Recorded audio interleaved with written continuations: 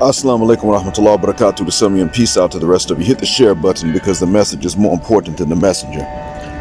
I apologize to you for the background noise. It's a very large generator, I think, that's running or something. So I'm moving to where there's something between you and I that could block that sound. I think I just found it. So to make a long story short, there's a sign of a 403 that is a dead giveaway if you can see it. And it's not always visible because not only do some 403s know how to hide it, but the ones who hear this will start to hide it too. So we have to be extra careful. Women typically have three categories of men in their minds. Now there are subcategories, but I'm giving you three main ones. We know there are the few they want to smash. That's normal, it's human. We don't blame women for having an interest in smashing. We know there is the bigger number that they hate or towards whom they harbor at least a contempt, if not a hatred. And in the West, it's a hatred anyway. Now, the third category is a default category in the minds of normal women and is actually a bigger category than the ones they hate. It's not a good or bad one.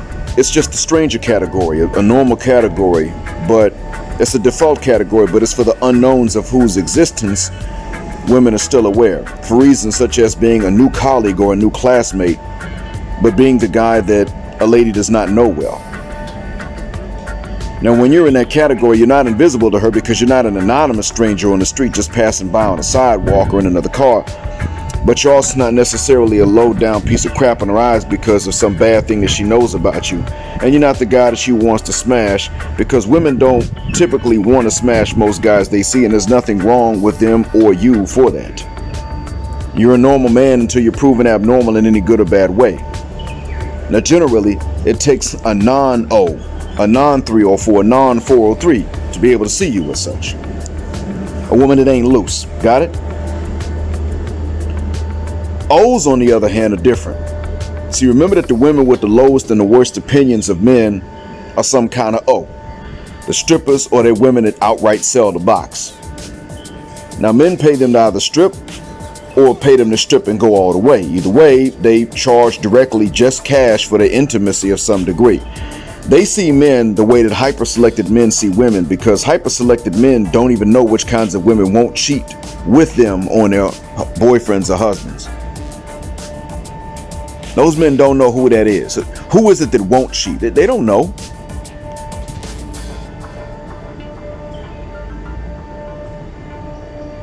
So,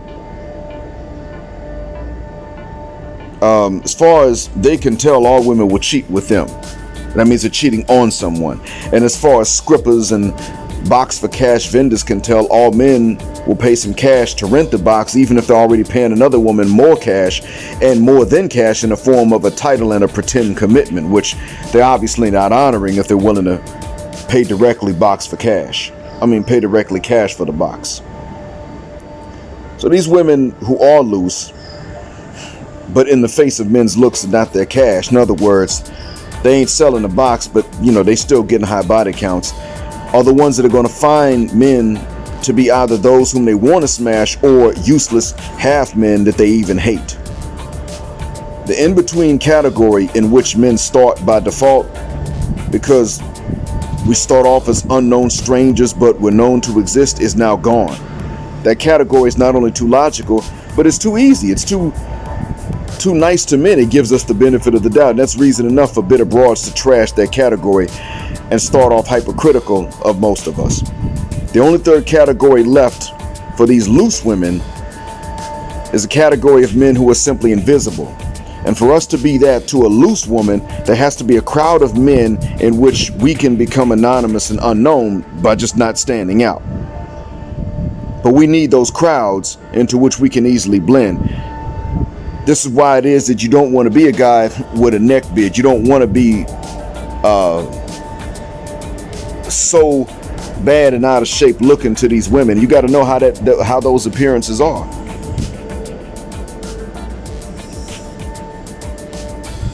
See, That's why you can pass a loose woman on the street and she may not notice you one way or the other.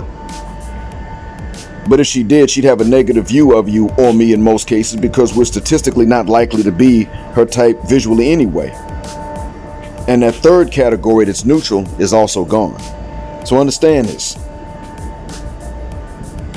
Modern Western women are calling a particular part of life an O phase or 3 or 4 phase because they want to trick us into thinking it's just a phase and they outgrow it. They don't outgrow it. They age out, but not mentally. They age out physically only, and visually they are in that phase until they are ignored and see a drop in the attention from men, and that's all. It's not really a phase, and if it is, so what? Do you get to have an equally bad womanizer phase? How can you lower yourself to her level then?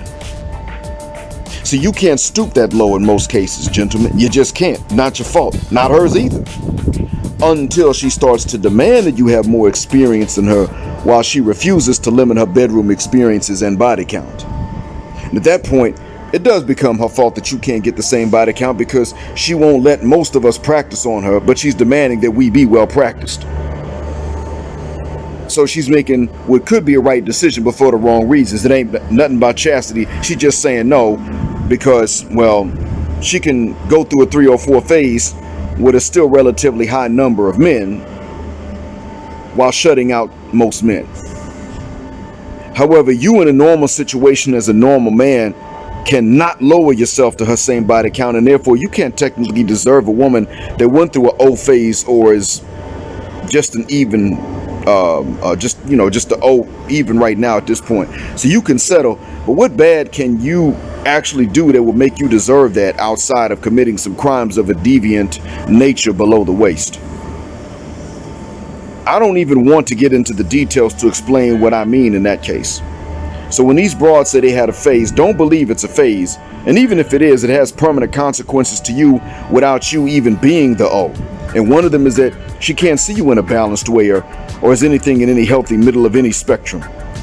That's part of what it means to be hyper-scrutinous and hypercritical, which we know sisters are with brothers, and also, don't get it twisted, but which we know white women are with white men, which we know certain nationalities of Latina women are with the same men.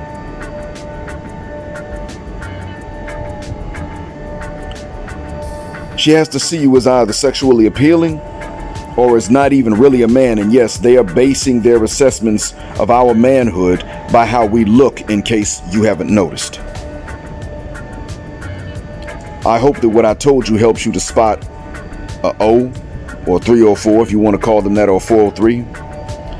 And I also hope you notice the way O's assessment is something they are being socialized to do, even in middle school, before they might ever catch their first Johnson. So note that they're being trained to think of men the way 304s and loose women think of us before they even get to practice the promiscuity.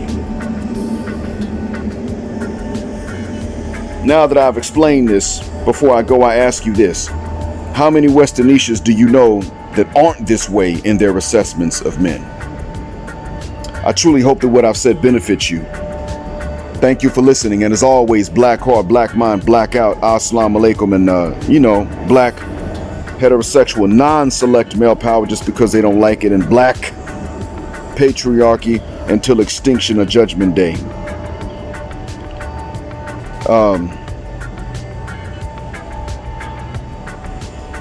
On your way out of the jet black aircraft, hit the Cash App if you did not do so already, but only for amounts that are small for you. And if not for me, then, well, for Brother Hayes.